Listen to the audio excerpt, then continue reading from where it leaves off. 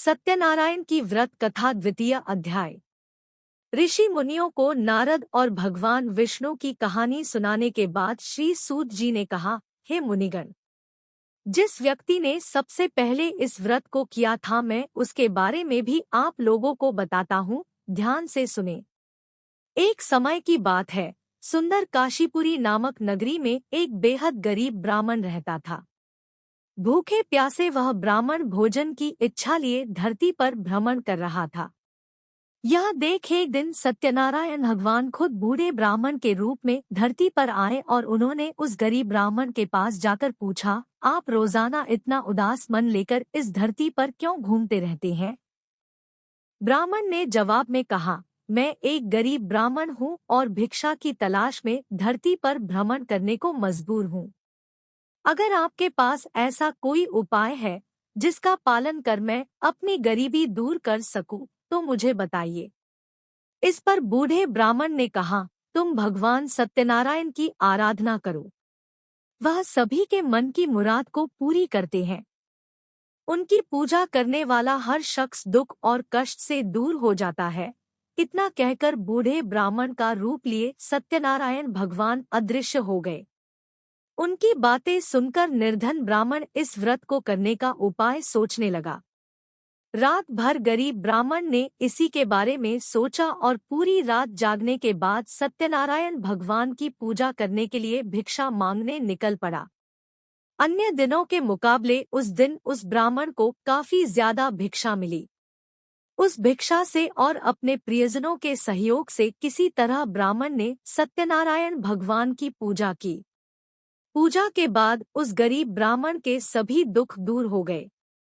धीरे धीरे वह कई संपत्तियों का मालिक हो गया। ब्राह्मण हर महीने नियमित रूप से इस पूजा को करने लगा। श्री सूत ने कहा, इस तरह से जो कोई भी सच्ची श्रद्धा के साथ श्री सत्यनारायण भगवान की पूजा करेगा, वह सभी प्रकार के दुखों और पापों से मुक्ति पा सकेगा। इस पर ऋषिगण बोले, हे सर्वज्ञाता सूत जी, उस ब्राह्मण की बातों को सुनकर और किस ने श्री सत्यनारायण भगवान की पूजा की? आप इस बारे में भी हमें बताएं। फिर सूत जी ने आगे कहा, इस व्रत को जिन लोगों ने भी किया, मैं उन सभी के बारे में आप लोगों को बताता हूँ, ध्यान से सुने। एक बार वह गरीब ब्राह्मण धन और संपत्ति की प्राप्ति के बाद अपने परिजनों के साथ इस व्रत को करने की तैयारी कर रहा था। तभी एक बूढ़ा व्यक्ति लकड़ी बेचते हुए वहां आया। उसने लकड़ियों को बाहर रखा और स्वयं ब्राह्मण के घर के अंदर चला गया। प्यास से तड़पता वह लकड़ी बेचने वाला जब घर के अंदर आया तो उसने देखा कि ब्राह्मण पूजा पर बैठा हुआ था। उसने ब्राह्मण को नमस्कार किया और पूछा, हे मुनिवर, आप यह कौन सा तप कर रहे हैं और इसे करने से क्या फल मिलेगा? लकड़हारे के सवालों का उत्तर देते हुए ब्राह्मण ने कहा, यह व्रत श्री सत्यनारायण भगवान का है। इसे करने से मन की इच्छा पूरी होती है। इसी व्रत का पालन करके मुझे धन की प्राप्ति हुई है। ब्राह्मण से इस व्रत के बारे में सुनकर लकड़हारा बेहद खुश हुआ। उसने चरणामृत व प्रसाद ग्रहण किया और तुरंत अपने घर चला गया। घर पहुंचकर उसने निश्चय किया कि किसी भी हाल में वह भी श्री सत्यनारायण भगवान की पूजा करेगा। इसके लिए वह लकड़ी बेचने उस नगर जा पहुंचा जहां अधिक संख्या में अमीर लोग रहते थे। वहां उसे पहले के मुकाबले अधिक धन मिला।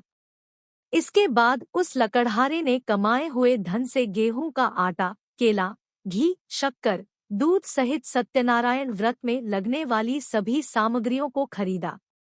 फिर उसने अपने परिजनों को भी आमंत्रित किया और पूरी विधि के साथ श्री सत्यनारायण भगवान का व्रत किया। इस पूजा को करने के बाद उस लकड़हारे को भी धन और संपत्ति की प्राप्ति हुई और आखिर में उसे बैकुंठ धाम की प्राप्ति हुई। इस प्रकार सत्यनारायण कथा का दूसरा अध्याय खत्म हुआ।